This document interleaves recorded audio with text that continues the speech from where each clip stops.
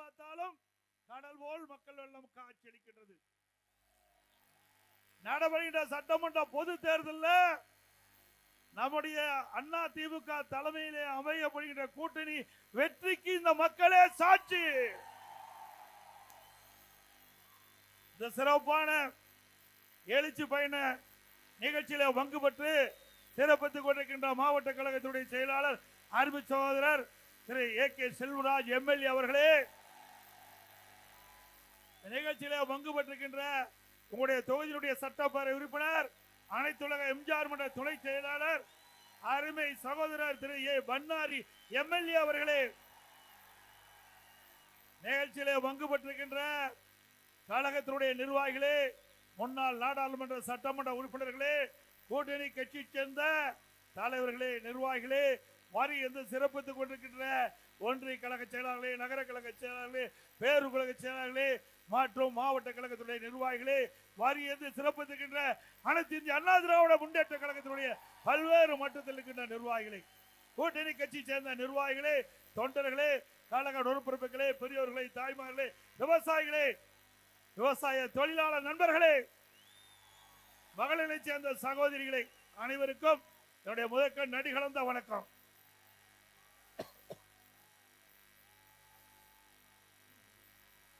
இன்றைய தினம் ஸ்டாலின் அவர்கள் அரசு நிகழ்ச்சியிலே மற்றும் திராவிட முன்னேற்ற கழகத்தினுடைய நிகழ்ச்சியிலே பங்கு பெற்று பேசி வருகிறார். இன்றைக்கு அனைத்து இந்திய அண்ணா திராவிட முன்னேற்ற கழகம் பாரதிய ஜனதா கட்சிக்கு அடிமை என்றும், அதோட அண்ணா திமுக பாரதிய ஜனதாவுடைய கிளை அமைப்பாகவும் கிளை அமைப்பாக செயல்படுவதாக ஒரு தவறான செய்தியை அவதூறு பிரச்சாரத்தை பரப்பி வரார். நாம் அப்படியா இருக்கிறோம்? சொந்த காலில் நிற்கின்ற கட்சி அண்ணா திமுக கட்சி, உழைப்பாளில் இறைந்த கட்சி, இளைஞர் பட்டாளங்கள் இறைந்த கட்சி, பொன்மலை சம்பல் புரட்சி தலைவர் எம்ஜிஆர் தோற்றுவித்த இயக்கம், அம்மா கட்டி காத்த இயக்கம், ஏழைகளை ஏற்ற வைத்த இயக்கம் அண்ணா திமுக இயக்கம். அப்படிப்பட்ட இயக்கத்தை பார்த்து திரு ஸ்டாலின் அவர்கள் ஒரு அவதூறு பிரச்சாரத்தை பரப்பி வருகிறார். அண்ணா திமுகவை பொறுத்த வரைக்கும் யாருக்கும் அடிமை இல்லை, சுதந்திரமாக செயல்படுகிற கட்சி.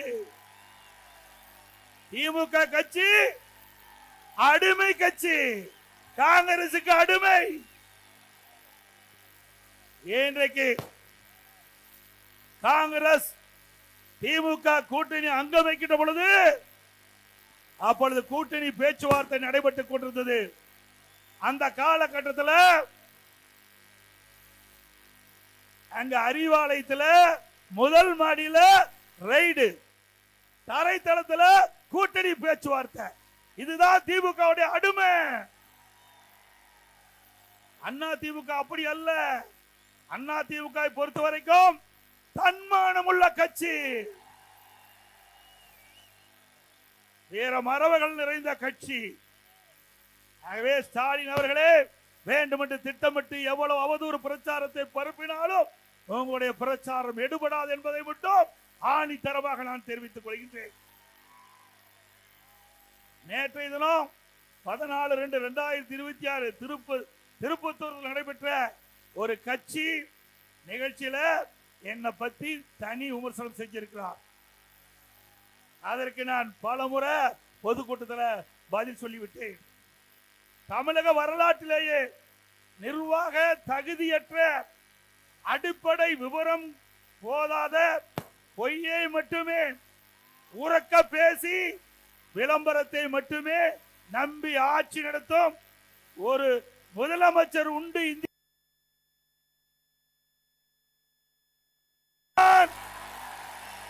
ஸ்டாலின் தான். தினம் ஒரு பேர் அறிவிப்பாரு, ஒரு போட்டோ ஷூட் கொடுப்பாரு, அதோட முடிஞ்சு போச்சு. இந்த ஆட்சியில மக்கள் கண்ட என்ன பலன் செஞ்சிருக்காங்களா? இது விவசாய பெருமக்கள் நிறைந்த பூமி.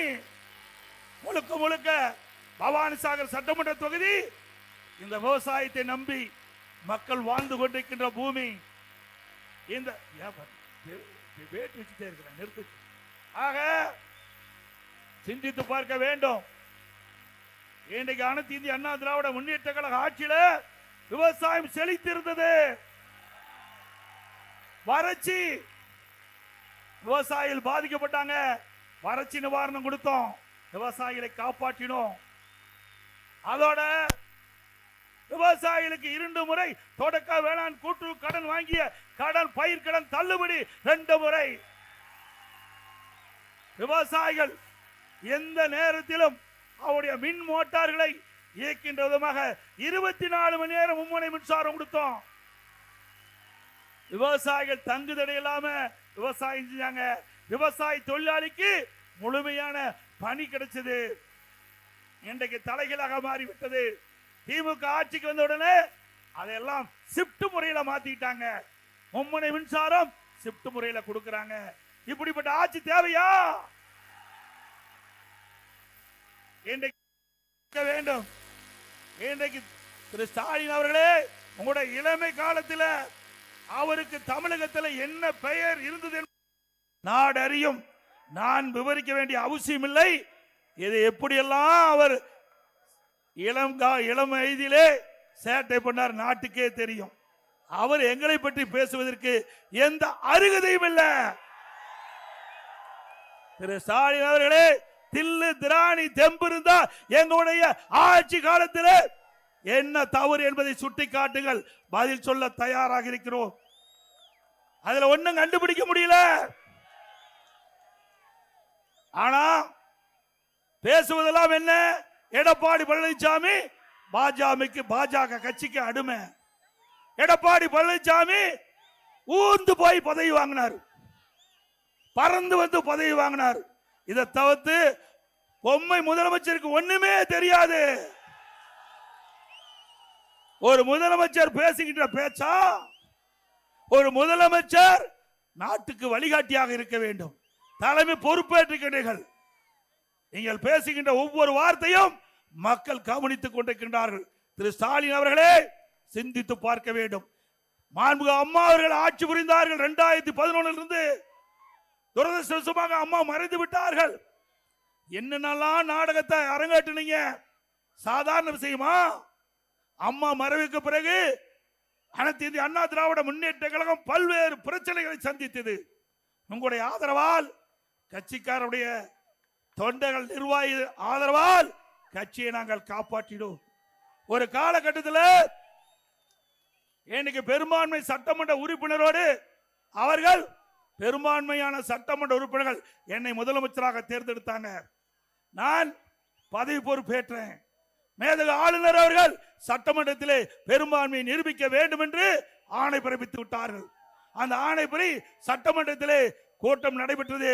பெரும்பான்மையை நியமிக்கின்ற போது, பெரும்பான்மையை நிரூபிக்கின்ற காலகட்டத்தில் திரு ஸ்டாலினும் அவருடைய சட்டமன்ற உறுப்பினர்களும் எங்களுடைய மேஜை மேல் ஏறி சட்டமீற்ற மாமன்றத்தில் முதலமைச்சருடைய மேஜை, அமைச்சருடைய மேஜையில் ஏறி டான்ஸ் ஆடுறாங்க. இவரெல்லாம் நாட்டை காப்பாற்ற போறாங்க. சிந்தித்து பாருங்க, இவரெல்லாம் எப்படிப்பட்டவர் என்பதை மக்கள் எண்ணி பார்க்க வேண்டும். சட்டமீற்ற மாமன்றம், சட்டமன்றம் என்றால் மக்களுக்கு சட்டத்தை ஈற்றக்கூடிய மாமன்றம். அப்படிப்பட்ட சட்டமன்றத்தில் சபாநாயகர் ஒரு தாழ்த்தப்பட்ட வகுப்பை சார்ந்தவர். அவர் தாழ்த்தப்பட்ட வகுப்பை சேர்ந்த ஒரே காலத்தில் அவர் இருக்கையில் இருந்து அவரை கீழே பிடித்து இழுத்து விட்டு அந்த ஆசனத்தில் அமர்றீங்க. அப்படி செயலை செய்த கட்சி திமுக கட்சி. இப்படிப்பட்ட கட்சி ஆட்சிக்கு வரணுமா? பிறகு நான் பெரும்பான்மையை நிரூபிக்கப்பட்டு விட்டது. ஸ்டாலினுக்கு பொறுக்க முடியல. உடனே சட்டை கிழிச்சுக்கிட்டு வீதியில் நடந்து போனார். திரு ஸ்டாலின் அவர்களே, இந்த சட்டமன்ற தேர்தல் முடிந்த பிறகு அன்றைய தினம் சட்டை தான் கிழிச்சுட்டு போனீங்க. சட்டமன்ற தேர்தல் முடிந்த பிறகு சாலையில ஆடை இல்லாம போனாலும் போகக்கூடிய சூழ்நிலை ஏற்பட்டு விடும். எங்களை பத்தியா விமர்சனம் செய்யற திரு ஸ்டாலின் அவர்களே, நீங்க உங்க அப்பா வழியில நீங்க முதலமைச்சர் ஆனீங்க. உங்க அப்பா திரு கருணாநிதி அவர்கள் திமுக தலைவர், திமுக முதலமைச்சராக இருந்தார் அந்த கட்சியில. பிறகு அதன் வழியில நீங்க எம்எல்ஏ ஆனீங்க. நான் அப்படி இல்லை, இங்கே எங்களுடைய தலைவருடைய பேச்சை கேட்டு உழைத்து படிப்படியா எங்களுடைய இந்த மக்கள் கழக நிர்வாகிகள் தொண்டர்கள் இந்த பதவி கொடுத்து உங்க முன் பேசுறேன். என்னுடைய பதவி உழைப்பால் பெற்ற பதவி. உங்களுடைய திரு ஸ்டாலினுடைய பதவி அப்பா திரு ஸ்டாலினுடைய அப்பாவால் அடையாளம் காட்டப்பட்ட பதவி, உழைப்பால் வந்த பதவி அல்ல. 1989ஆம் ஆண்டு அவரும் முதல் எம்எல்ஏ திரு ஸ்டாலின், நானும் சேவல் சின்னத்தில் வெற்றி பெற்று முதலாக எம்எல்ஏ வந்தேன். அதுக்கு பிறகு எந்த ஒரு அரசியல் பின்புலமும் இல்லாம மாண்பு அம்மாவுடைய அருள் ஆசி பெற்று பல முறை சட்டமன்ற உறுப்பினர், நாடாளுமன்ற உறுப்பினர், பிறகு அம்மா அமைச்சரவையிலே அமைச்சர், பிறகு உங்களால் முதலமைச்சர் என்ற பொறுப்பு கிடைச்சது. ஸ்டாலினுக்கு அப்படியே கிடைச்சது. திரு கருணாநிதி அவர்கள் திமுக தலைவர், உடல்நலம் பாதிக்கப்பட்டு வீட்டிலே இருந்தார். வெளியிலே வர முடியாத சூழ்நிலை கூட திரு ஸ்டாலினை நம்பி திமுக கட்சி பதவி கொடுக்கல. திமுக கட்சியுடைய தலைவர் பதவியை ஸ்டாலினுக்கு கொடுக்கல. ஏன்னா ஒரு பொம்மை ஆளு, திறமை இல்லாத ஆளு, கொடுத்து என்ன பிரயோஜனம் என்று செயல் தலைவரை கொடுத்தார். உங்க அப்பாவே உன்னை நம்பி தலைவரை கொடுக்கல. திரு கருணாநிதி அவர்களே திரு ஸ்டாலினை நம்பி அவர் உயிரோடு இருக்கும் போது திமுக கட்சி தலைவர் பதவி கொடுக்கல. அப்படிப்பட்ட நபர் தான் இன்றைய முதலமைச்சர் ஸ்டாலின் அவர்கள் என்பதை மறந்துவிட்டு பேசிக் கொண்டிருக்கின்றார். ஸ்டாலின் அவர்களே, பல முறை நான் குறிப்பிட்டு விட்டேன். ஒரு தொலைக்காட்சியிலே நான் பேட்டி கொடுக்கின்ற பொழுது அந்த தொலைக்காட்சியிலே பேட்டி கண்டவர் என்னிடத்தில் ஒரு கேள்வி கேட்டார். நீங்கள் திரு ஸ்டாலின் அவர்களும் நீங்களும் மேடையிலே தோன்றி இருவரும் தங்களுடைய கருத்துக்களை சொல்ல முன்வருகிறீர்களா என்று கேட்டார். நான் தயார். எந்த இடத்துல எந்த மீட்டிங் போட்டாலும், எந்த இடத்துல மேடை போட்டு எங்களை அழைத்தாலும் நான் வருகிறேன். அனைத்து இந்திய அண்ணா திராவிட முன்னேற்ற கழக ஆட்சியில என்னென்ன சாதனை செஞ்சோம், திமுக ஆட்சியில் என்னென்ன சாதனை செஞ்சோம் நாங்க சொல்றோம். திரு ஸ்டாலின் சொல்லட்டும். இதுவரைக்கும் பேச்சே இல்லை, இதுவரைக்கும் பதிலே இல்லைங்க. அது மட்டுமல்ல, இன்றைய தினம் திரு ஸ்டாலின் என்ன சொன்னார்? 2 மாதத்துக்கு முன்பு எடப்பாடி பழனிசாமி கடையை திறந்து வச்சு கூவி கூவி அழைக்கிறார், கூட்டணிக்கு யாரு வரலினார். திரு ஸ்டாலின் அவர்களே, கூட்டணி தானாக அமைய வேண்டும், கனி தானாக பழுக்க வேண்டும், அப்பதான் சுவையாக இருக்கும். அதுபோல அனைத்து இந்திய அண்ணா திராவிட முன்னேற்ற கழகம் தானாக கூட்டணி அமைக்கப்பட்டிருக்கிறது. அண்ணா திமுக தலைமையில் அமைக்கப்பட்ட கூட்டணி தேசிய ஜனநாயக கூட்டணி, வலிமையான கூட்டணி. இன்றைய தினம் திரு ஸ்டாலின் தலைமையில் இருக்கின்ற கூட்டணி ஆட்டம் கண்டு போச்சு. உண்மைதானே? தினந்தோறும் பத்திரிகையில காங்கிரசுக்கும் திமுகவுக்கும் வார்த்தை போர் நடந்து கொண்டிருக்கின்றது. இந்த வருகின்ற சட்டமன்ற பொது தேர்தலில் திமுகவும் காங்கிரசும் கூட்டணி இருக்குமா இல்லையா என்பது சந்தேகம். காங்கிரஸ் ஆட்சியிலே பங்கு வேண்டும், அதிகாரத்திலே பங்கு வேண்டும். கூட்டணி அமைத்திருக்கின்றோம், கூட்டணி மூலமாக வெற்றி பெற்று எங்களை மதிக்கவில்லை என்று குரல் கொடுக்க ஆரம்பித்து விட்டார்கள். இப்பொழுது கூட மாலை மலர் பத்திரிகையிலே வந்திருக்குது, எங்களுக்கு உரிய மரியாதை கிடைக்காவிட்டால் நாங்கள் அதுக்கு தகுந்த பதிலடி கொடுப்போம் என்று காங்கிரஸ் கட்சி சேர்ந்த நாடாளுமன்ற உறுப்பினர் தெரிவித்திருக்கிறார். ஆக புகைய ஆரம்பிச்சிட்டது திமுக காங்கிரஸ் கூட்டணியில. அது நிலைக்குமா நிலைக்காது என்று தெரியல. இப்படித்தான் திமுக கூட்டணி. ஒரு பக்கம் திருமாவளவன் ஆட்சியில பங்கு வேணும்னு கேக்குறாருல. கூட்டணியில குழப்பம் தானுங்க. சொல்லுங்க, கூட்டணியில குழப்பமா? அண்ணா திமுக கூட்டணி வலிமையான கூட்டணி. பாரத பிரதமர் திரு நரேந்திர மோடி அவர்கள் மதுராந்தகத்துக்கு நேரடியா வந்து நம்முடைய தேர்தல் பிரச்சார கூட்டத்தில் கலந்து கொண்டு நம்முடைய கூட்டணி கட்சி தலைவர்கள் மேடையிலே தோன்றி சிறப்பாக நம்முடைய கூட்டணி தேர்தல் பிரச்சாரத்தை துவங்கிவிட்டது.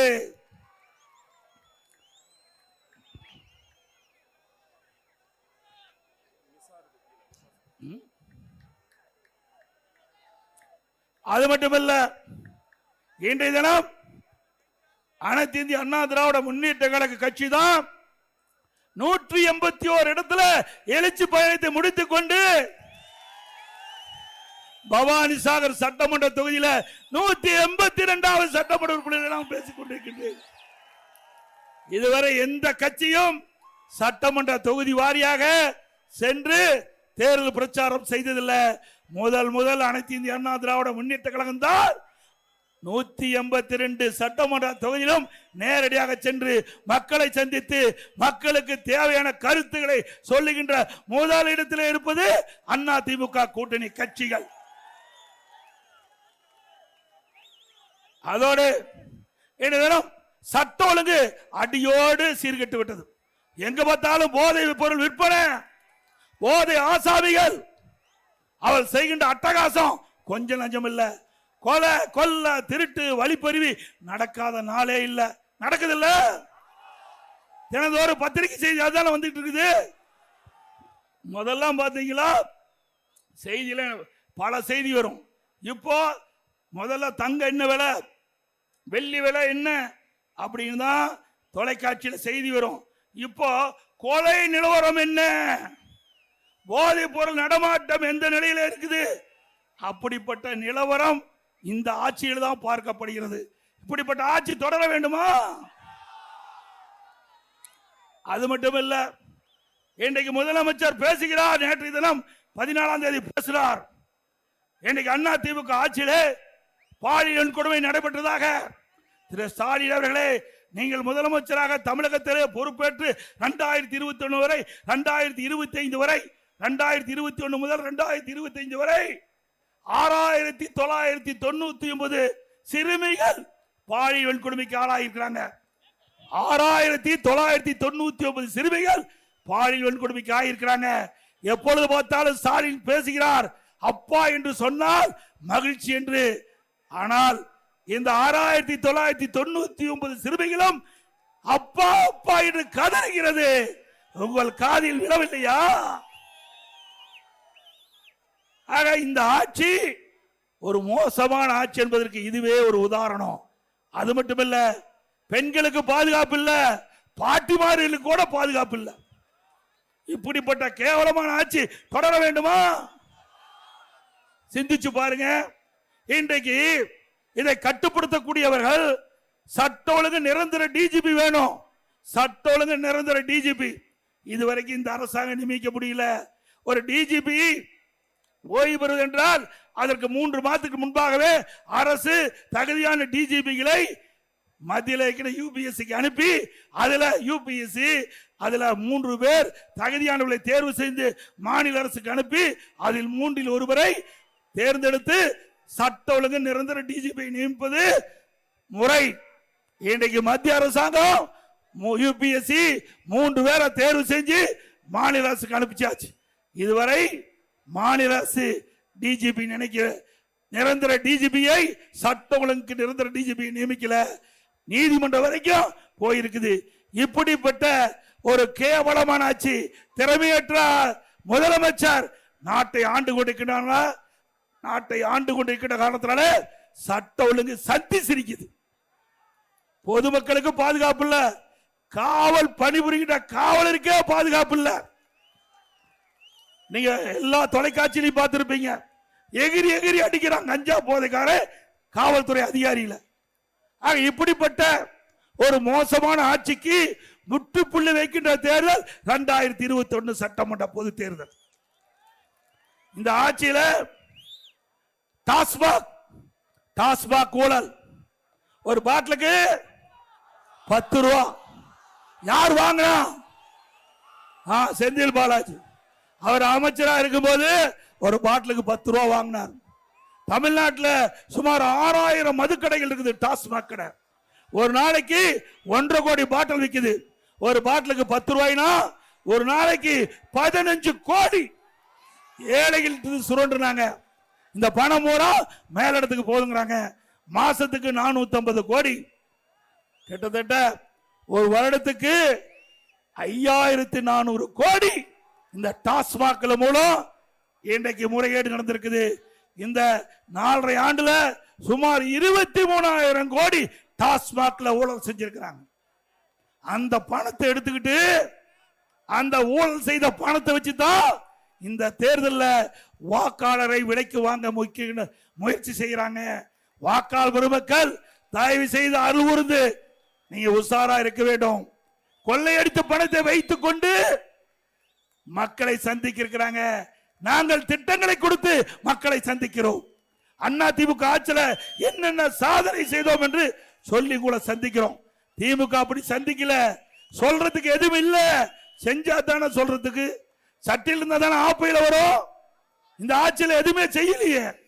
அண்ணா திமுக ஆட்சியில ஒரே வருடத்தில் 11 அரசு மருத்துவக் கல்லூரி மருத்துவமனை கொண்டாந்தோம். 11 அரசு மருத்துவக் கல்லூரி, 7 சட்டக் கல்லூரி 10 வருஷத்துல, 21 பாலிடெக்னிக் கல்லூரி, 68 கலை மற்றும் அறிவியல் கல்லூரி, 4 பொறியியல் கல்லூரி, 5 கால்நடை மருத்துவக் கல்லூரி, ஆராய்ச்சி நிலையம், மிகப்பெரிய கால்நடை பூங்கா, தலைவாசல் 1000 கோடியில, இப்படி பல கல்லூரிகளை திறந்து கற்போட எண்ணிக்கை உயர்த்தணும். பட்ட படிப்பு படிக்கின்ற மாணவருடைய எண்ணிக்கை உயர்த்தணும். மத்திய அரசு நிர்ணயித்த அந்த 2030 அடைய வேண்டிய இலக்கை 2019 நாங்கள் 20 அடைந்தோம். சாதனை படிச்சோம். 100க்கு அம்மா தமிழகத்துடைய முதலமைச்சர் அம்மா பதவி ஏற்கின்ற பொழுது 100க்கு 32 பேர் தான் உயர்கல்வி படிச்சாங்க.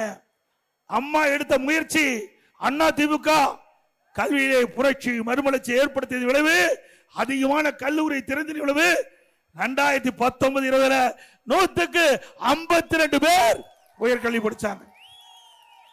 இன்றைய தினம் புள்ளி வர சொல்லுது 48% தான் இன்றைக்கு இந்த உயர்கல்வி படிக்கக்கூடிய எண்ணிக்கை வந்திருக்கு. 52 48 குறைஞ்சு போச்சு. ஆக இந்த ஆட்சியில சரியாக நிர்வாகம் இல்லாத காரணத்தினால உயர்கல்வி படிப்புடைய எண்ணிக்கை குறைஞ்சு போச்சு. அதே போல திரு ஸ்டாலின் தேர்தல் நேரத்தில் குறிப்பிட்டார், திராவிட முன்னேற்ற கழகம் ஆட்சிக்கு வந்தா படிக்கின்ற இளைஞர்களுக்கு வேலைவாய்ப்பு உருவாக்கி தருவோம் என்று சொல்லி இன்றைக்கு அரசு சார்பா 5 லட்சம் காலி பணியிடங்கள் இருக்குது. ஆட்சிக்கு வந்த உடனே 5 லட்சம் காலி பணியிடங்கள் நிரப்பப்படும் சொன்னார். நிரப்பினாரா? இதுவரைக்கும் 1 லட்சம் பேர் தான் நிரப்பியிருக்கா சொல்றாரு. 1 லட்சம் பேர் பணி ஓய்வு பெற்றுட்டாங்க. அவர்கள் ரிட்டையர் ஆயிட்டாங்க. 1 லட்சம் பேர், அந்த 1 லட்சம் பேர் தான் நியமிச்சிருக்காரு. ஆனா கொடுக்கப்பட்ட வாக்குறுதி 5 லட்சம் பேர் நியமிப்பதாக. அப்படியே அரசு காலி பணியிடங்கள் அப்படியே இருக்குது. அதனாலதான் நிர்வாகம் சரியில்லை. அதோட ஸ்டாலின் அவர்கள் ஆட்சிக்கு வந்த பிறகு மின் கட்டண உயர்வு, 62% மின் கட்டண உயர்வு, குடிநீர் வரி உயர்வு, நகராட்சியில் குப்பைக்கு வரி, இப்படி வரி மேல் வரி போட்டு மக்களை வாட்டி வதைக்கிற அரசாங்கம். விலைவாசி விண்ணை முட்டுகின்ற அளவுக்கு உயர்ந்து போச்சு. அரிசி விலை உயர்வு, எண்ணெய் விலை உயர்வு, பருப்பு விலை உயர்வு. இதை பற்றி எல்லாம் ஸ்டாலின் சிந்திக்கிறதுக்கு நேரம் இல்லை. வீட்டு மக்களை பற்றி தான் சிந்திப்பார், நாட்டு மக்களை பற்றி சிந்திப்பதற்கு நேரம் இல்லை. இதே அண்ணா திமுக ஆட்சி இருக்கின்ற பொழுது, இப்படி உணவுப் பொருள் விலை ஏறுகின்ற பொழுது அதை கட்டுப்படுத்துவதற்கு விலை கட்டுப்பாட்டு நிதியம் என்ற ஒரு நிதியை உருவாக்கி 100 கோடி ரூபாய் வைத்து, இன்றைக்கு புளி விலை அதிகமாயிடுச்சுன்னா எந்த மாநிலத்தில் புளி விலை குறைவு, அதை வாங்கிட்டு வந்து இங்க விற்பனை செஞ்சு விலை சரி கட்டுவோம். பருப்பு விலை உயர்ந்து போனா எந்த மாநிலத்தில் பருப்பு விலை குறைவு அங்க போய் விலைக்கு வாங்கி தமிழகத்துக்கு கொண்டு வந்து அந்த விலையை குறைப்போம். இப்படி மக்கள் பாதிக்காத அளவிற்கு உணவுப் பொருட்கள் விலையை கட்டுப்படுத்த அரசாங்கம் அண்ணா திமுக அரசாங்கம். கொரோனா காலம் கடுமையான சோதனை. அந்த சோதனையான காலத்தை கட்டத்தில் கூட மக்கள் ஒத்துழைப்போடு விலை மதிக்க முடியாத உயிரை காப்பாற்றிய அரசாங்கம் அண்ணா திமுக அரசாங்கம். ஒரு வருடம் ரேஷன் கடையில் விலையில அரிசி கொடுத்தோம், விலையில எண்ணெய் கொடுத்தோம், விலையில சக்கரை கொடுத்தோம், குடும்பத்தை 1000 ரூபாய் கொடுத்தோம்ல. ஒரு வருஷம் 1 ரூபாய் வருவாய் கிடையாது. கடைகள் திறக்கல, தொழிற்சாலை திறக்கல, அரசுக்கு வருகின்ற வருவாய் எதுவுமே வரல. ஜிஎஸ்டி வரல, அதே ரோட் டாக்ஸ் வரல, பத்திரப்பதிப்பு வரல, எதுவுமே வருவாய் இல்லாத போது கூட சிறப்பான ஆட்சி இந்தியாவிலே கொடுத்த ஒரே அரசாங்கம் பண்ணாது. இன்றைக்கு வருவாய் உயர்ந்து போச்சு. அண்ணா திமுக ஆட்சி விட 1,36,000 கோடி கூடுதலா திமுக ஆட்சியில வருவாய் வருகிறது. ஆனா மக்களுக்கு தேவையான நன்மை கிடைக்கல. அதோட பள்ளிகள் மூடப்பட்டது, கல்லூரி மூடி இருந்தாங்க, மாணவர்கள் ஒரு ஆண்டு பாதிச்சுட்டாங்க. மாணவருடைய கோரிக்கை ஏற்று எல்லா மாணவர்களுக்கும் ஆல் பாஸ் போட்டு கொடுத்தோம். ஆல் பாஸ், பள்ளியில படிக்கிற மாணவருக்கு ஆல் பாஸ், கல்லூரியில் படிக்கிற மாணவருக்கு ஆன்லைன்ல வகுப்பு. இப்படி மக்களை காத்த அரசாங்கம் அண்ணா திமுக அரசாங்கம்.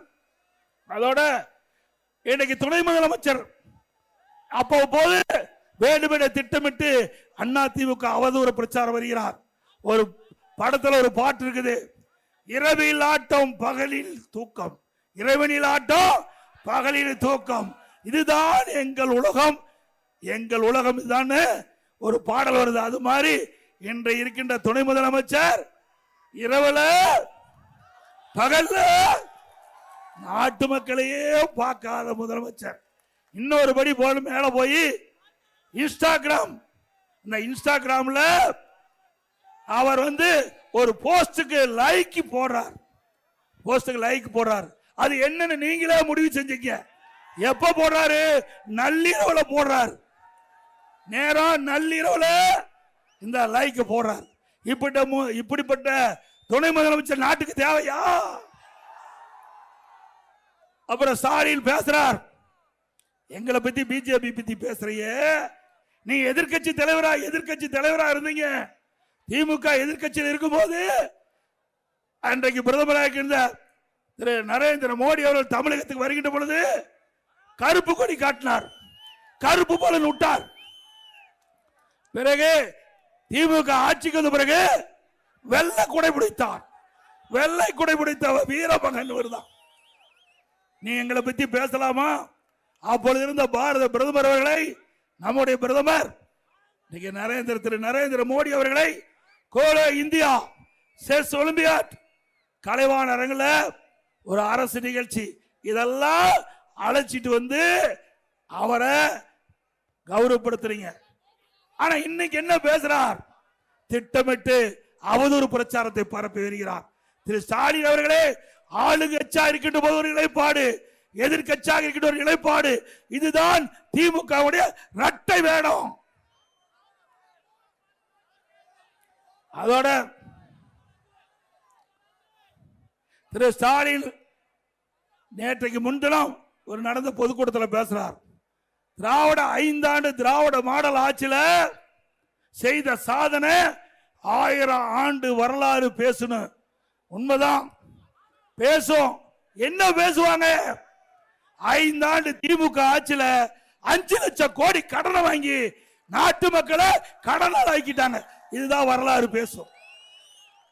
இந்த கடனை நாம தாங்க கட்ட வேணும். வந்திருக்கிற மக்களும் நான் உட்பட, நீங்க உட்பட கட்ட வேணும். இந்த கடனை எப்படி அடைப்பது? வரி போட்டு தான் அடைக்க முடியும். இப்படி தமிழகத்தில் 73 ஆண்டு காலம் பல கட்சிகள் ஆண்டிருக்குது 2021 வரை. அப்பொழுது 73 ஆண்டு காலம் ஆட்சி இந்த கட்சிகள் வாங்கிய கடை 5,18,000 கோடி. 2021 இருந்து 2025 முடிய திமுக வாங்கிய கடன் 5 லட்சம் கோடி. 5 ஆண்டுல 5 லட்சம் கோடி வாங்கி கடனை வாங்கிட்டு இன்னைக்கு வரலாறு பேசுமா? பேசும். கடன் வாங்கினத பேசுவாங்க. நேற்று தினம்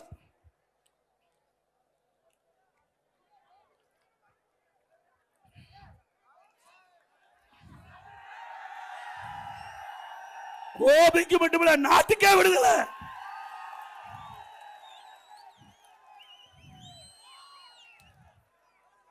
திரு ஸ்டாலின் அவர்கள் இன்றைக்கு ஆட்சி பொறுப்பேற்கிறதுக்கு முந்தி பல ஊழல்கள், கொஞ்ச நஞ்ச ஊழல் இல்ல. இன்றைக்கு ஸ்டாலின் பேசுறார், அண்ணா திமுக ஊழல் புரிந்ததுன்னு. திரு ஸ்டாலின் அவர்களே, உங்களுடைய அமைச்சரவையில் இருக்கின்ற ஒரு துறை நகர்ப்புற வளர்ச்சி துறை, நகர்ப்புற வளர்ச்சி துறை, குடிநீர் வழங்கல் துறை, அதுல முறைகேடு நடைபெற்றதாக அமலாக்கத்துறை ஆதாரத்தோட கண்டுபிடிச்சு அவர் மீது நடவடிக்கை எடுக்க வேண்டும் என்று 2 முறை நம்முடைய தலைமை பொறுப்பில் காவல் அதிகாரிக்கு அனுப்பப்பட்டிருக்கிறாங்க. இதுவரைக்கும் நடவடிக்கை எடுக்கல. இப்ப நீதிமன்றத்தில் வழக்கு இருக்குது. இன்னொன்னு டிரான்ஸ்பாரம், திரு செந்தில் பாலாஜி, செந்தில் பாலாஜினாவே கத்துறீங்க. ஊழலுக்கு பேர் போனது திமுக. டிரான்ஸ்பாரத்தில் 32 டெண்டர் போடுறாங்க. ஒரே ரேட், ஒரே ரேட். இந்தியாவில் இப்படி எங்கேயுமே டெண்டர் நடந்தது கிடையாது. ஒரே ரேட்ல 32 டெண்டர். அந்த ஊழல் நீதிமன்றத்தில் நிக்குது. இதெல்லாம் வருகின்ற பொழுது தேர்தல் நேரத்தில் பத்திரமா இருப்பாங்க. எங்க இருப்பாங்களோ அங்க இருப்பாங்க. சட்டத்திலிருந்து தப்பவே முடியாது. ஊழல் செஞ்சவங்க தப்ப முடியாது. உப்ப தின்றவங்க தண்ணி குடிச்சே ஆக வேண்டும். ஆக திமுகவில் மிகப்பெரிய ஊழல் நடந்திருக்குது. இந்த ஊழல் எல்லாம் வெளிப்படையாக கொண்டு வருவோம். இதை சட்ட நீதியாக நாங்கள் இதற்குண்டான நடவடிக்கை எடுப்போம். நீங்க 2 நாளைக்கு முந்தி பாத்தீங்கன்னா கனிம வள கொள்ள, மணல் திருட்டு கரூர்ல என்னுடைய முன்னாள் அமைச்சர் அறிவிச்சார் விஜயபாஸ்கர் அவர்கள் பல முறை அதிகாரி சொல்லி பார்த்தாங்க. எந்த நடவடிக்கை எடுக்கல.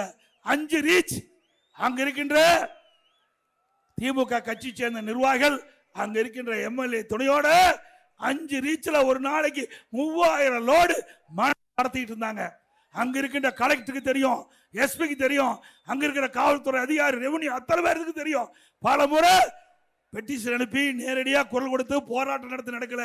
2 நாளைக்கு முந்தி இவரே ஊர் மக்களோட போய் அந்த மணல் கொள்ளையை தடுத்து நிறுத்தி எல்லா பத்திரிகையிலும் வந்தது. திரு ஸ்டாலின் அவர்களே, அண்ணா திமுக ஆட்சி வளரும்.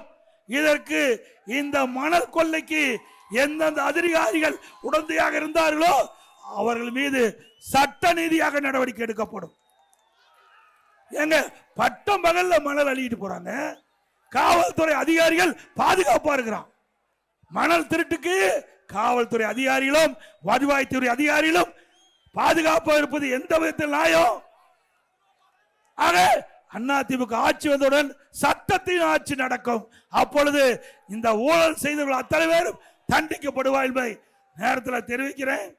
அதோட திமுக ஆட்சி வந்தவுடனே போராட்டம், விவசாயிகள் போராட்டம், செவிலியர்கள் போராட்டம், தூய்மை பணியாளர்கள் போராட்டம், மருத்துவர்கள் போராட்டம், சத்துணவு அமைப்பாளர்கள் போராட்டம். இப்படி தமிழகம் ஒரு போராட்ட களமா மாறிட்டது. எவ்வளவு மோசமான ஆட்சி தமிழகத்தில் தான் பார்க்கப்படுகிறது. ஆக அனைத்து இந்திய அண்ணா திராவிட முன்னேற்ற கழக ஆட்சி விரைவிலே மலர நீங்கள் அத்தனை பேரும் நல்ல ஆதரவை தர வேண்டும் என்று சொல்லி, அது மட்டும் இல்லைங்க, இன்னைக்கு நாட்டில் பணத்தை திருடுவாங்க, நகையை திருடுவாங்க. ஆனா இந்த ஆட்சியில உடல் உறுப்பை திருடுறாங்க. இங்க வந்திருக்கிற நம்முடைய தொண்டர்கள், பொதுமக்கள் யாராவது திமுக கட்சி, திமுக நிர்வாகிகளோ அல்லது திமுக கட்சி சேர்ந்தவர்கள் மருத்துவமனையில் அவர்கள் கிளினிக் வச்சு நடத்தியிருந்து நீங்க போய் அறுவை சிகிச்சை செஞ்சிருந்தா ஸ்கேன் பண்ணி பாத்துங்க, உள்ள இருக்கிற உறுப்பு இருக்குதா இல்லையான்னு பாத்துங்க.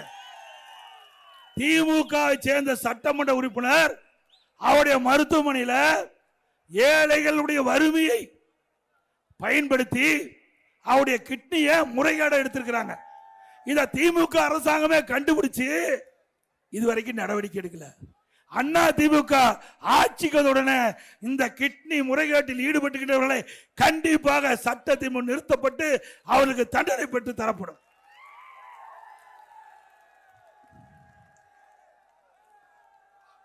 அதோட அண்ணா திமுக ஆட்சியில் மலர்ந்தவுடன் பல்வேறு திட்டங்கள் நிறைவேற்றப்படும். நீங்க திமுக 525 அறிவிப்பு வெளியிட்டாங்க. பல முக்கிய அறிவிப்பு. கிராமப்புறத்தில் 100 நாள் வேலை திட்டம் 150 நாளா உயர்த்தினாங்களா திமுக ஆட்சியில? ஆனா நாம ஆளுங்கட்சியில் இருந்தாலும் இல்லாவிட்டாலும் எதிர்கட்சியாக இருந்தாலும் மக்களுடைய பிரச்சனை மத்திய அரசாங்கத்துடைய கவனத்திற்கு எடுத்து சென்று மத்திய அரசாங்கம் 100 நாள் வேலை திட்டத்தை 125 நாளாக உயர்த்திருக்கின்றது. பணி பாதுகாப்பு கொடுத்திருக்குது. பணி வேலை செஞ்சவங்களுக்கு 15 நாள்ல அவளுக்கு அந்த பணத்தை வங்கியில வைக்க வேண்டும். ஊதியத்தை வங்கியில செலுத்தப்பட வேண்டும். அந்தந்த பஞ்சாயத்து எந்த பணி செய்யலாம் என்று இடத்தை தேர்வு செய்து கொள்ளலாம்.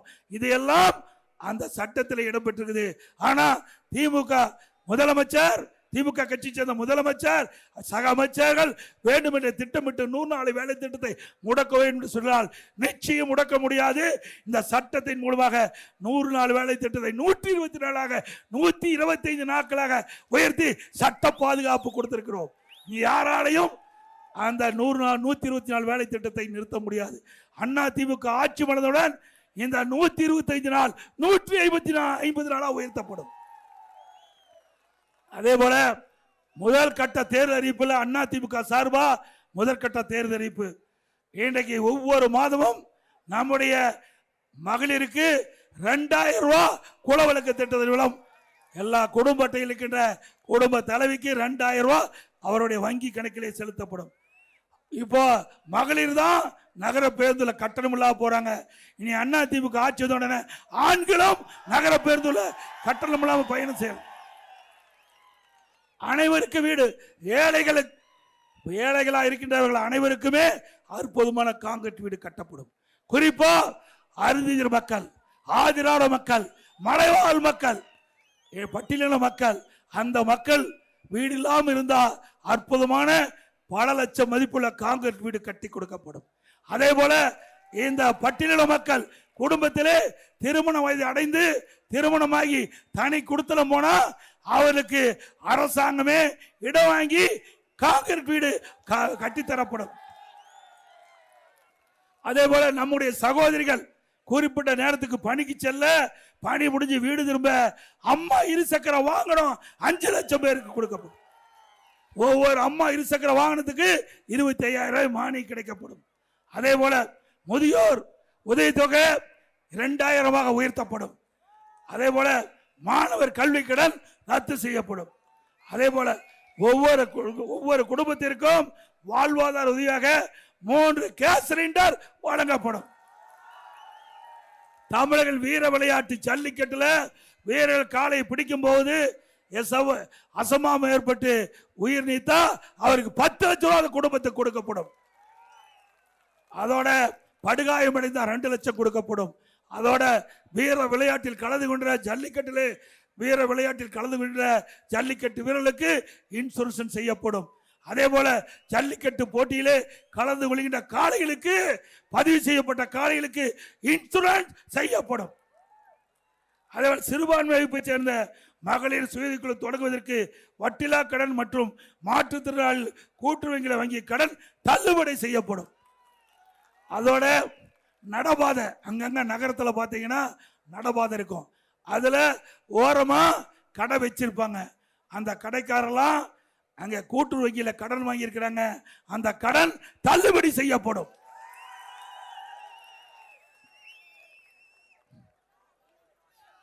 இந்த ஆட்சியில டிஎன்பிசி தேர்வு நடத்தினாங்க.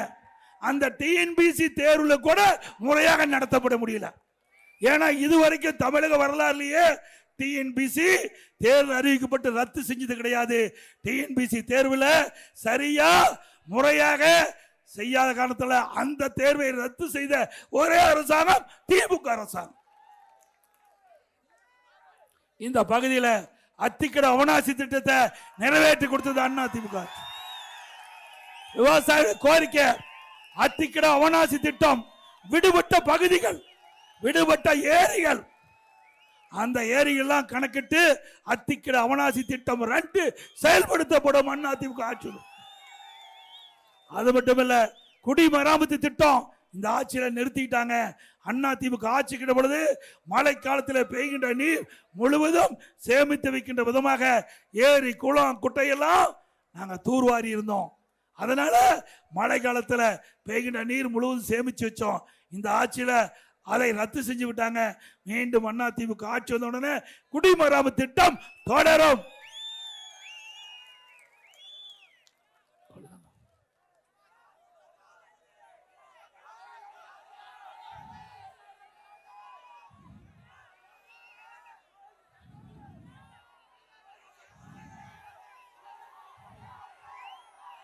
அனைத்து இந்திய அண்ணா திராவிட முன்னேற்ற கழகத்தை பொறுத்த வரைக்கும் இது ஏழை எளிய மக்களுக்காக துவக்கப்பட்ட இயக்கம்.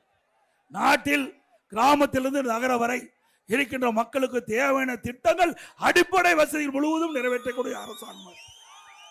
அது மட்டுமல்ல, இந்த பகுதி மக்கள் பவானி சாகர் சட்டமன்ற தொகுதியில பல கோரிக்கைகளை கொடுத்திருக்கிறாங்க. அந்த கோரிக்கையெல்லாம் அண்ணா திமுக ஆட்சி பலத்துடன் நிறைவேற்றி தரப்படும் என்ற செய்தியை சொல்லி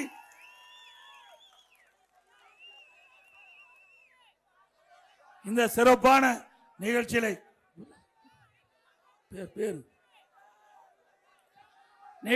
பங்கு பெற்றிருக்கின்ற மரியாதைக்குரிய முன்னாள் அமைச்சர் சகோதரர் கேசி கருப்பணன் அவர்களே, முன்னாள் அமைச்சர் திரு கே வி ராமலிங்கம் அவர்களே, இங்கே நிகழ்ச்சியிலே பங்கு பெற்றிருக்கின்ற மரியாதைக்குரிய சகோதரர்கள் முன்னாள் எம்பி அண்ணன் கே கே காளியப்பன் அவர்களே, திரு சிதம்பரம் முன்னாள் எம்எல்ஏ அவர்களே, திரு எஸ் ரமணிதரன் முன்னாள் எம்எல்ஏ அவர்களே, திரு EMR ராஜா முன்னாள் எம்எல்ஏ அவர்களே, திருமதி AT சரஸ்வதி முன்னாள் எம்எல்ஏ அவர்களே, திரு ஈஸ்வரன் முன்னாள் எம்எல்ஏ அவர்களே, திரு ஜெயக்குமார் எம்எல்ஏ அவர்களே, கழக புரட்சித் தலைவர் பேரவை துணைச் செயலாளர் அறிவித்த VKC சிவகுமார் அவர்களே, மற்றும் திரு KPS ராஜா அவர்களே, மாவட்ட புரட்சித் தலைவர் பேரவை இணைச்சாளர் திரு AT சசிபிரபு அவர்களே, மற்றும் நிகழ்ச்சியிலே கலந்து கொண்டிருக்கின்ற டாக்டர் S மகேஷ் ராஜா அவர்களே, திரு S கார்த்தி அவர்களே, திரு SK பழனிசாமி அவர்களே, திரு சதுமுகை S ஆறுமுகம் அவர்களே, திரு M பிரதீப் அவர்களே, திரு KR தேவராஜ் அவர்களே, திரு சி கருத்திரமன் அவர்களே, திரு M சரவணன் அவர்களே, திரு SRP வெங்கடசாமி அவர்களே,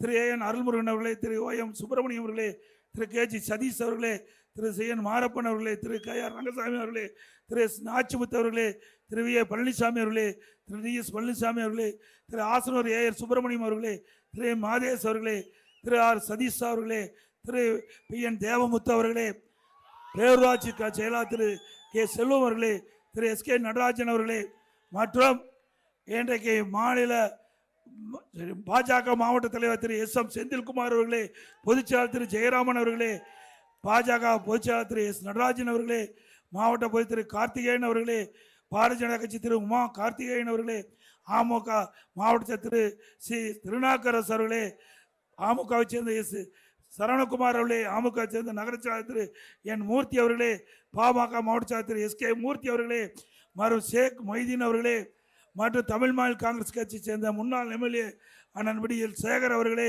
ஈரோடு P விஜயகுமார் மாவட்ட தலைவர்களே, திரு KK பிரகாஷ் அவர்களே, வசந்தகுமார் அவர்களே, மற்றும் நிகழ்ச்சியிலே கலந்து கொண்டு சிறப்பித்துக் கொண்டிருக்கின்ற